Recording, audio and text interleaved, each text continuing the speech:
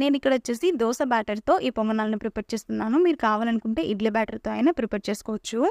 ఇంకా ఎలాంటి వాటర్ని యాడ్ చేసుకోవాల్సిన అవసరం లేదు. ఈ కన్సిస్టెన్సీలో ఉంటే సరిపోతుంది.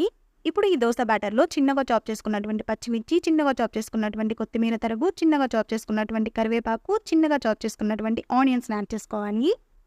ఇప్పుడు ఇవన్నీ యాడ్ చేసుకున్న తర్వాత మీ టేస్ట్కి సరిపడిన సాల్ట్ని యాడ్ చేసుకొని వీటన్నింటినీ మంచిగా మిక్స్ చేసుకోవాలి.